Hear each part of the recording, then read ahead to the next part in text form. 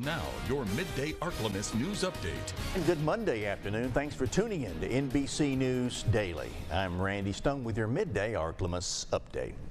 The U.S. Secretary of Education will be in the capital city today to discuss Louisiana's historic gains in literacy. Secretary Linda McMahon and State Superintendent Dr. Cade Brumley will tour Jefferson Terrace Academy and later have a chat session. The state has improved its rankings on the national report card, moving from 49th to 32nd. Louisiana fourth graders have led the nation in reading growth for 2 consecutive years. It's been 2 weeks since Orleans Parish inmate Kyle Bryan was mistakenly released from jail and vanished. Now, several law enforcement agencies are taking a closer look at how it could have happened. Bryan was in jail on charges of resisting an officer, domestic abuse, child endangerment, and home invasion. U.S. Marshal spokesperson Brian Fair says Bryan is he's considered a fugitive and the search will continue. A representative with the Metropolitan Crime Commission has requested a third-party investigation to find out if Bryan gave false information to deputies when they let him out. If he received someone else's property and signed for it, that's basically an identity theft. If he was aware that he was not supposed to be released and signed any records that made any misrepresentations, that is falsifying a public record, which is a felony. Crime Stoppers is offering a $2,500 reward for information leading to Bryan's arrest.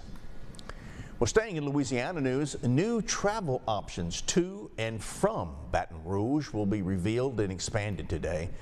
Representatives from Amtrak and Flix North America will give details about a new connecting service and show off new Greyhound buses. Today's announcement comes ahead of Amtrak starting its new train service next week between New Orleans and Mobile, Alabama. Switching gears now to traffic. An alert. The city of Ruston has announced that the intersection of Spring Avenue and James Street will be closed through traffic beginning at 7 a.m. tomorrow until further notice. Now, this closure is necessary for culvert replacement. If you have any questions regarding this closure, it can be received by the Public Works Department at the number listed on your screen. And now, exclusive Storm Tracker Doppler weather with meteorologist Chase Ward.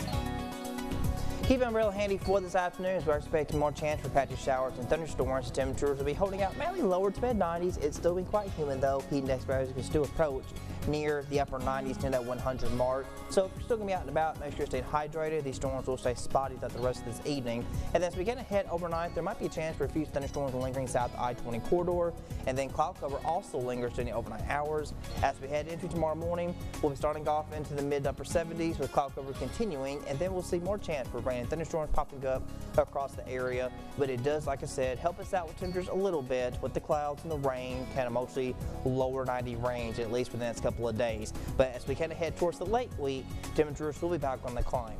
As far as rainfall totals, some places could be seeing about maybe 1/10 to a quarter, and then other places could be high as near 1/2 inch to maybe 3/4 of an inch. And some places locally with some heavy downpours might get as high as near 1 inch of rainfall. So as we go into tonight, mid-70s for our lows. Tomorrow, our temperatures will be holding out in the lower 90s still, and not a lot of change with the temperatures until we kind of get around Friday as we start to approach upper 90 range. But by that point, we will still see a chance for thunderstorms, but the coverage becomes a little bit lessened, and that will be the chance that much of the weekend as we continue upper 90s through next Sunday, Monday, early next week.